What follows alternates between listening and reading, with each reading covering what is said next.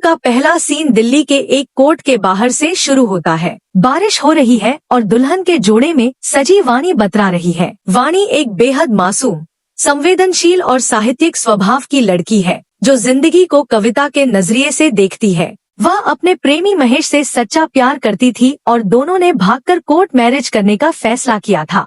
वाणी घंटों मंडप में उसका इंतजार करती है, लेकिन महेश नहीं आता। बाद में वाणी को पता चलता है कि महेश ने अपने बिजनेस के फायदे के लिए किसी अमीर लड़की से गुपचुप शादी कर ली है। यह धोखा वाणी के लिए इतना बड़ा सदमा होता है कि उसकी मानसिक स्थिति बिगड़ जाती है। उसका इंसानों पर से भरोसा उठ जाता है और वह अपनी सबसे प्यारी चीज, डायरी में कविताएं लिखना, हमेशा के लिए बंद कर देती है। 6 महीने बीत जाते हैं। वाणी के पिता उसे डिप्रेशन से बाहर निकालने के लिए दिल्ली की एक मशहूर डिजिटल म्यूजिक और फैशन मैगजीन में इंटर्नशिप पर लगवा देते हैं। उसी मैगजीन और म्यूजिक स्टूडियो में काम करता है कृष कपूर। कृष एक असाधारण प्रतिभाशाली गिटार वादक और गायक है, लेकिन स्वभाव से बेहद उग्र, गुस्सैल और बेपरवाह है। कृष का बचपन बहुत दर्दनाक रहा है। बचपन में मां को खोने और पिता की उपेक्षा के कारण उसने खुद को एक कठोर और अकेला इंसान बना लिया है। उसने अपने सारे दर्द और आक्रोश को अपने संगीत में ढाल दिया है। एक दिन स्टूडियो के एक पुराने स्टोर रूम में सफाई करते वक्त कृष के हाथ वाणी की वह पुरानी डायरी लग जाती है जिसे वाणी भूलकर छोड़ गई थी। कृष उस डायरी को खोलता है।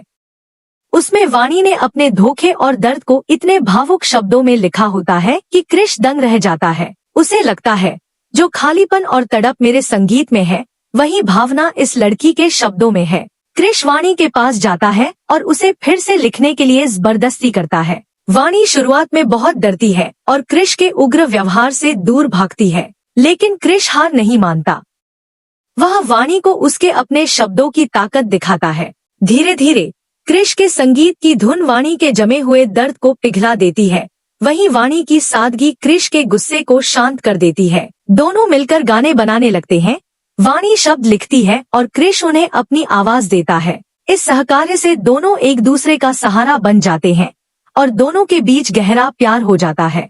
कृष और वाणी के संगीत की इंडस्ट्री में चर्चा होने लगती है। कृष का पहला बड़ा सोलो एल्बम आने वाला होता है। दोनों अपने भविष्य के सपने बुनने लगते हैं। कृष वाणी को एक रोमांटिक डिनर पर शादी के लिए प्रपोज करता है, लेकिन ठीक इसी वक्त कहानी में एक भयानक मोड़ आता है। वाणी धीरे धीरे रोजमर्रा की छोटी छोटी बातें भूलने लगती है, जैसे घर की चाबी कहाँ रखी है, स्टूडियो जाने का रास्ता कौन सा है, या अभी क्या कहा गया था।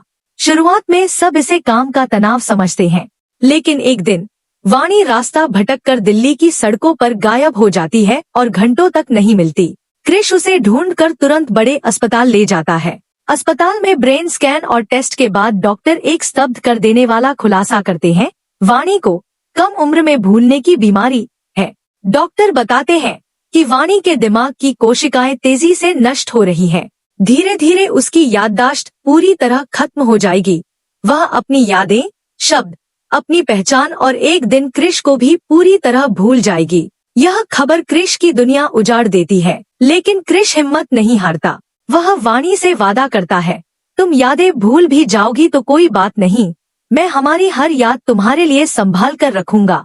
कृष वाणी से शादी कर लेता है। वे एक छोटे से घर में रहने लगते हैं। कृष पूरे घर में छोटे छोटे नोट्स चिपका देता है, जिस पर वाणी के लिए निर्देश और उनकी तस्वीरें होती हैं।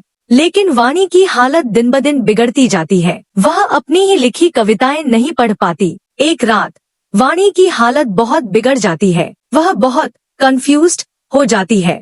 जब कृष उसे संभालने के लिए आगे बढ़ता है तो वाणी डरकर पीछे हट जाती है। वह कृष का चेहरा देखती है, लेकिन उसके दिमाग में कृष की जगह पुराने प्रेमी महेश की तस्वीर आती है। वाणी रोते हुए कृष को, महेश, मुझे छोड़कर मत जाओ, महेश, कहकर चिल्लाने लगती है। कृष का दिल पूरी तरह टूट जाता है। उसे वाणी द्वारा किसी और का नाम लेने से ज्यादा वाणी की यह दयनीय हालत देखकर दर्द होता है। कृष अपने आंसू छिपाता है, वाणी को गले लगाता है और कहता है, मैं कहीं नहीं जा रहा।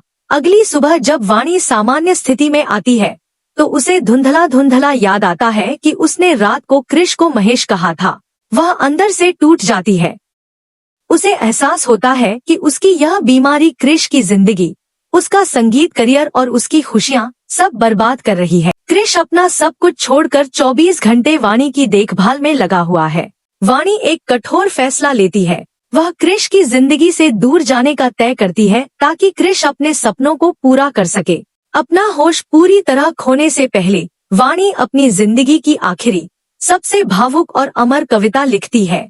रात को जब कृष सो रहा होता है, वाणी वह गीत टेबल पर रखती है, कृष के माथे पर चूमती है और आंसू बहाते हुए चुपचाप घर छोड़कर दूर हिमाचल के एक गुमनाम आश्रम में चली जाती है। सुबह उठकर वाणी को न पाकर कृष पागलों की तरह सड़कों पर दौड़ता है। वह पुलिस, अस्पताल, आश्रम सब जगह ढूंढता है, लेकिन वाणी का कोई सुराग नहीं मिलता।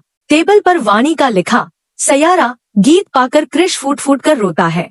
कृष वाणी के उन आखिरी शब्दों को लेकर एक गाना तैयार करता है। वह सैयारा गाना रिलीज होते ही पूरी दुनिया में छा जाता है। यह गाना संगीत के सारे रिकॉर्ड तोड़ देता है। कृष रातों रात एक ग्लोबल रॉक स्टार बन जाता है। वह हर कॉन्सर्ट, हर स्टेज और हर इंटरव्यू में सिर्फ एक ही बात कहता है, वाणी तुम जहाँ भी हो यह गाना सुनो। यह मेरा नहीं, तुम्हारे शब्द हैं। कृष को उम्मीद होती है कि एक न एक दिन वाणी यह गाना सुनकर उससे संपर्क करेगी। बरसों बीत जाते हैं।